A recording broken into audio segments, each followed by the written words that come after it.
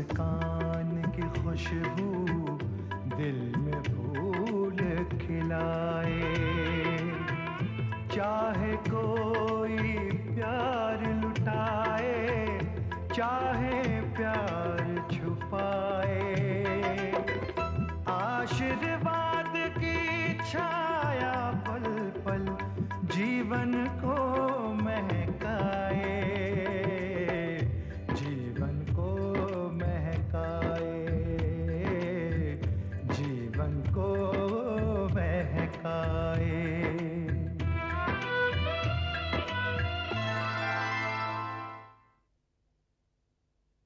तुम्हारा पुराना आशिक वो मेरी परेशानी और बढ़ाएगा। उसे उसी फाइनेंस कंपनी में नौकरी मिल गई है जिसने मुझे ये नोटिस भेजा है। लेकिन मैंने तुम्हें बहुत मिस किया। Really, I miss you. जब मानसिंह का परिवार की असलियत का पता चला तब मैंने तय किया था कि प्रीति को अब वहां नहीं भेजूंगा। और मैंने देखा है कि ये प्यार मोहब्बत की शादियां हमेशा नाकाम होती हैं।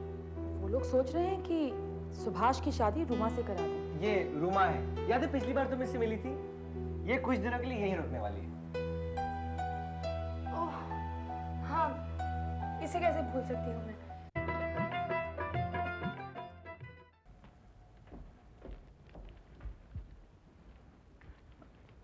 बाहर वकील साहब आए हैं, आपसे मिलना चाह रहे हैं। मुझसे मिलना चाह रहे हैं? मुझसे क्या काम है? कि वो मैंने पूछा नहीं। कहाँ है? बाहर दरवाजे के पास।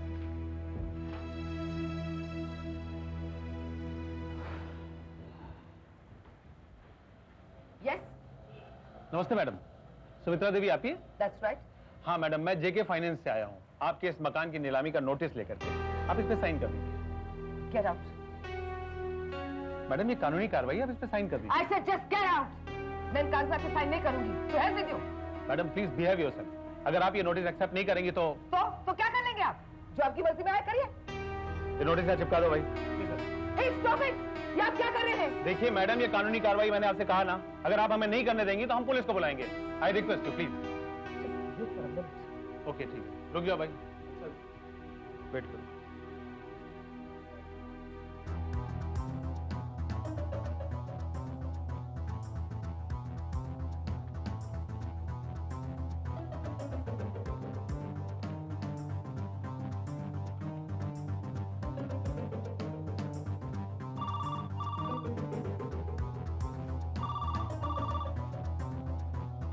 हेलो विजय, फौरन घर चले आओ। वकील आया नीलामी का नोटिस लेकर। मैंने साइन करने से इनकार कर दिया। इनकार कर दिया तो उसने दरवाजे पे लगा दिया है। तो मैं वहां कर क्या करूं? क्या करूं? क्या करूं का मतलब? तुम मुझे यहाँ आके रोको। उसे कोई रोक नहीं सकता सुमित्रा देवी, और उसे रोकने की कोशिश करके और मुश्किलें मत बढ़ाओ मेरे लिए।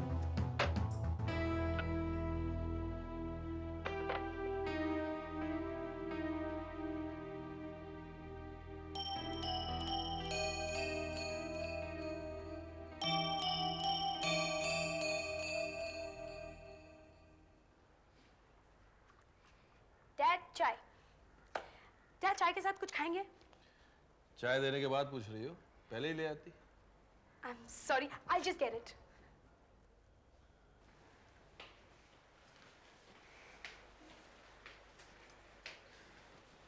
Hello Amita. Hi Preeti. Dad, Preeti आई है। अरे प्रीति, आओ आओ बेटा। नमस्ते अंकल। नमस्ते नमस्ते, कैसी हो बेटा? मैं बिल्कुल ठीक हूँ। अंकल, आपसे कुछ बात करनी थी। हाँ हाँ आओ, पहले बैठो तो सही। आओ बैठो, आओ बैठो। हाँ बोल।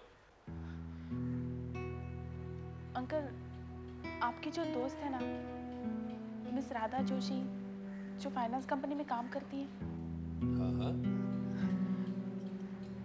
उनसे अगर आप हमारे बारे में, मेरा मतलब है कि वो अगर हमारी कुछ मदद कर सके तो। कैसी मदद? अंकल, विजय ने उनकी कंपनी से कर्जा लिया था। इस वक्त वो लौटा नहीं पा रहे हैं। घर और फैक्ट्री नीलाम होने की नौबत आई है। आज ही वकील नोटिस दे गया। मुझे कुछ सूझा नहीं, इसलिए मैं आपके पास चली आई। क्या आप हमारी कुछ मदद कर सकते हैं? मैं राधा से बात तो कर सकता हूँ, पर मुझे नहीं लगता इसका कोई असर होगा, क्योंकि रुपए तो लौटाने ही पड़ेंगे ना। अंकल, पैसे वो लौटा देंगे, बस कुछ मोहलत मिल जाती तो।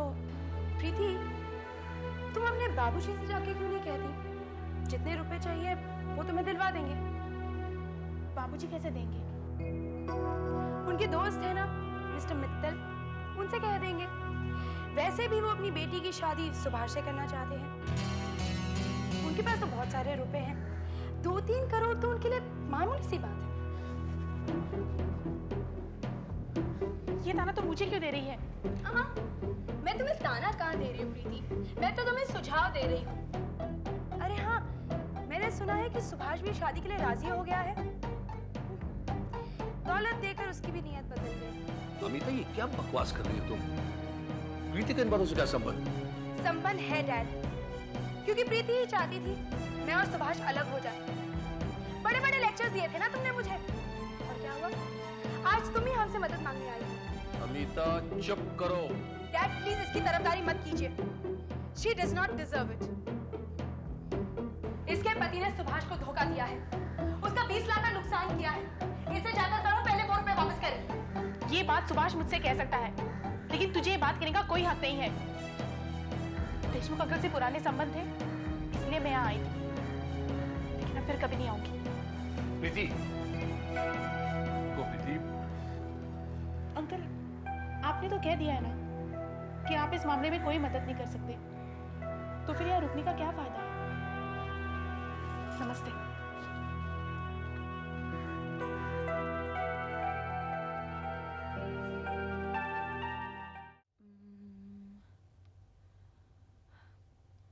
आंटी, ये आपके लिए। मेरे लिए? क्या है इसमें? बस ऐसे ही छोटी सी गिफ्ट है। और भाभी, ये आपके लिए। ये थैंक यू। इतना सब लाने की क्या जरूरत थी? ये तो कुछ भी नहीं है। अगली बार जब मैं आऊंगी ना, आपके लिए ढेर सारे चीजें लेकर आऊंगी। मुझे गिफ्ट देना बहुत अच्छा लगता है, और लेना उससे भी ज्यादा अच्छा। गीता, ये कितनी साफ दिल की बच्ची है, अपने मन की बात कहने में कोई संकोच नहीं करती। इस बार तुम हमारे साथ शॉपिंग के लिए चलना, ढेर सारी शॉपिंग कराएंगे तुम्हें। सच? ठीक है, देन विल गो। मेरे लिए कुछ लाए भी हो या नहीं? ऑफ कोर्स लाई हूँ, लेकिन मैं तुम्हें तुम्हारे गिफ्ट अभी नहीं दूंगी। तो फिर कब दोगी? पहले तुम मुझे फिल्में दिखाओ, रेस्टोरेंट्स में खाना खिलाओ, घुमाओ फिराओ, फिर दूंगी।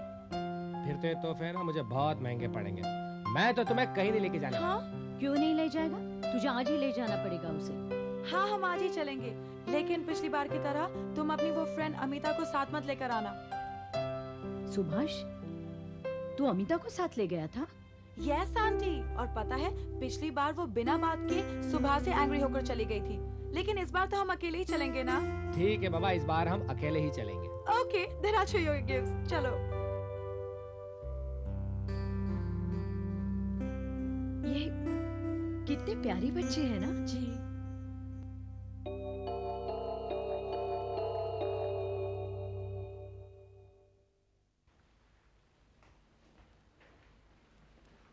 Excuse me, where's Mr. Dinesh Verma's cabin? Yeah.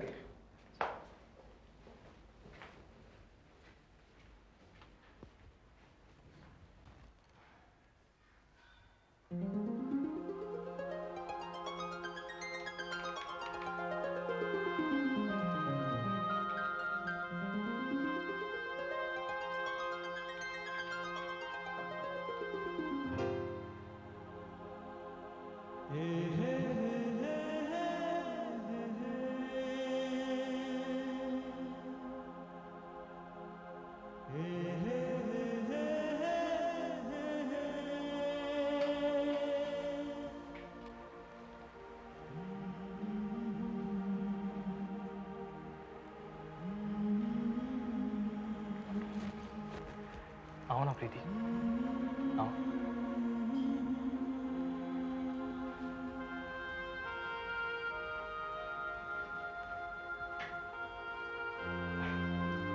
बैठो बैठो।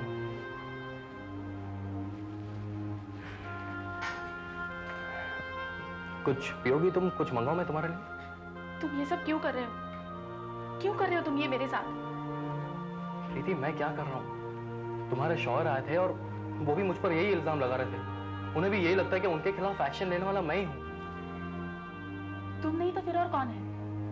जो नोटिस तुमने भेजी है उस पर दस्तखत तुम्हारे हैं। हाँ दस्तखत मेरी है, लेकिन नोटिस मैंने नहीं, मेरी कंपनी ने भेजी।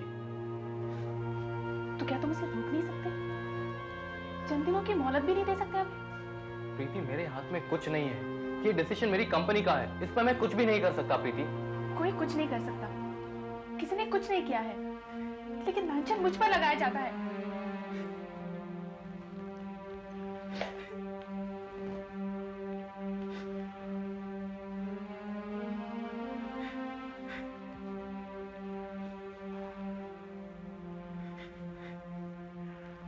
देखो प्रीति, मत छू मुझे तबाह करने वाले तुम ही हो।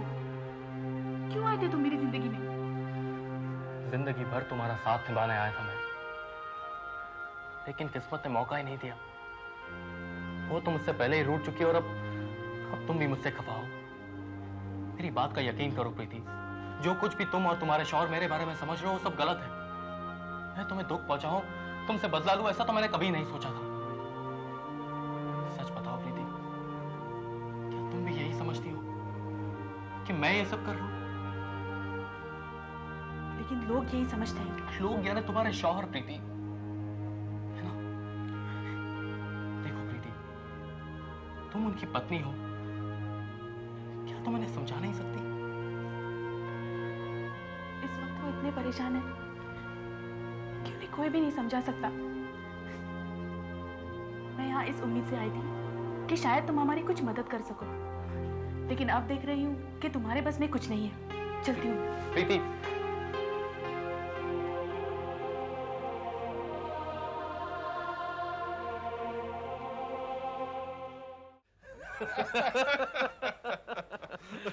चाय पिएगा या कुछ खाने को मंगाओ? अरे मुझे होटल का खाना वाना पसंद नहीं है। पता नहीं तुझे होटल में रहने का क्या शौक है? हमारे घर आके नहीं रह सकता? ओहो, भाई जिसको तेरे घर आके वाकई रहना है वो तो पहले से रह रही है ना।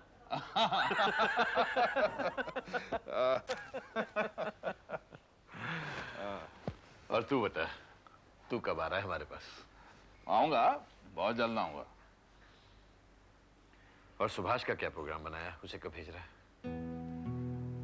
देखो भाई, सोच तो रहा हूं कि जल्द से जल्द रवाना कर दूं, लेकिन जब तक उसके कर्ज का मामला निपट नहीं जाता ना, तब तक उसका निकलना मुश्किल है। तो क्या कर्ज चुकाने में कोई समस्या है क्या? समस्या तो है। 25 लाख रुपया इकट्ठा बिजनेस में से निकाल के देना इतना आसान तो नहीं। मुझसे ले ले। मित्तल, मैंने आज तक किसी से कर्जा नहीं लिया। कर्ज समझ के नहीं, दहेज का एडवांस समझ कर ले ले। अरे भाई, इसमें तो तुझे कोई एतराज नहीं होना चाहिए। अरे भाई, आज नहीं तो कल सुभाष की शादी रूमा से होने वाली है, तो रुपयों की तंगी की वजह से एक शुभ काम में देर क्यों की जाए?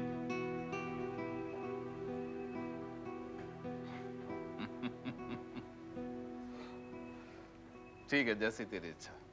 समस्या हल हो गई। असली समस्या बाकी है अभी। क्या?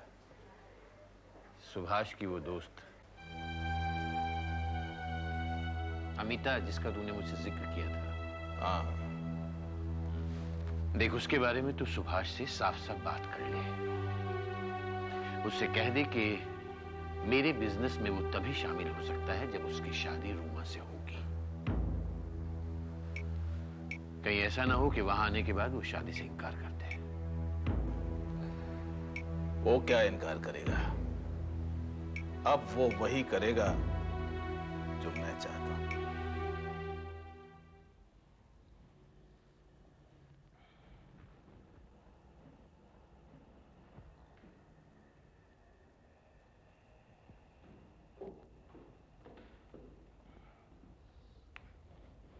इतनी शराब क्यों पी रहे हैं आप? मैं आपको और नहीं पीने दूंगी। मुझे कोई नहीं रोक सकता। जब मेरे घर और मेरे ऑफिस को नीलाम होने से कोई नहीं रोक सकता, उसी तरह मुझे पीने से भी कोई नहीं रोक सकता। जा ऐसे। फिर वही फोन, बार बार रुपयों का तकाजा। उठाकर फेंक दो फोन को। जाओ।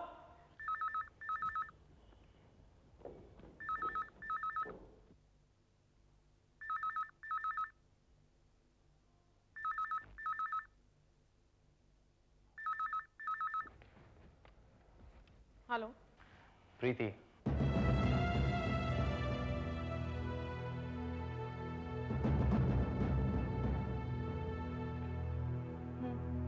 अच्छा हुआ तुमने फोन उठा दिया।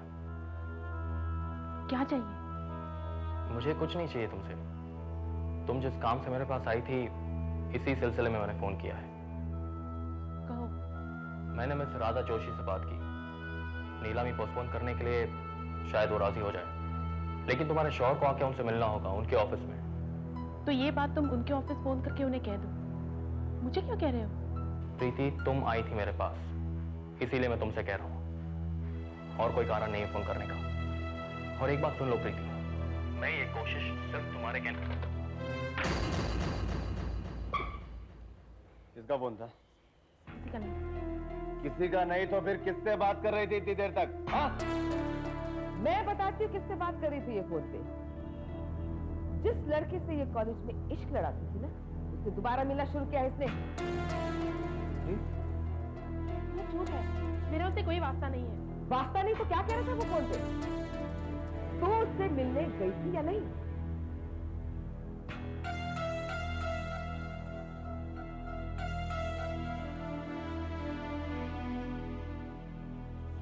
तुम उससे मिलने गई थी? क्यों?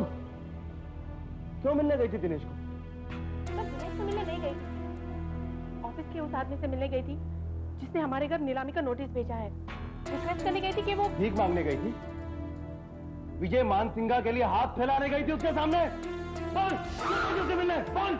हाथ छोड़िए मेरा। क्यों हर्टिंग मी? बता, क्यों मिलने गई थी उससे? आपकी खातिर। मेरी खातिर या मेरे बहाने उससे मिलने गई थी? ये बातें मत कीजिए, मैं बर्दाश्त नहीं कर पाऊंगी। बर्दाश्त करना होगा तुझे, और चुप भी रहना होगा। दादा, तेरे बाबूजी ने क्या कहा था? कोई फरियाद, कोई शिकायत नहीं सुनेंगे वो। अब मेरे सिवा तेरा और कोई वाली वारिस नहीं है। तब जिएगी सिर्फ मेरे रहमो करम पर जिएगी तू, समझ गई?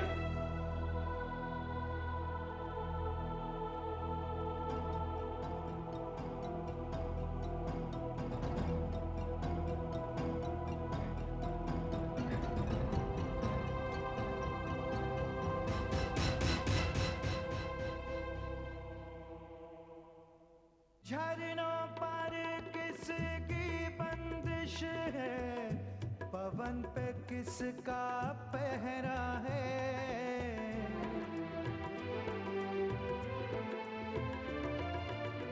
लहरों को किसने बांधा है, किरण पे किसका पहरा है। फिर क्यों दिल के अरमानों पर कोई रोक लगा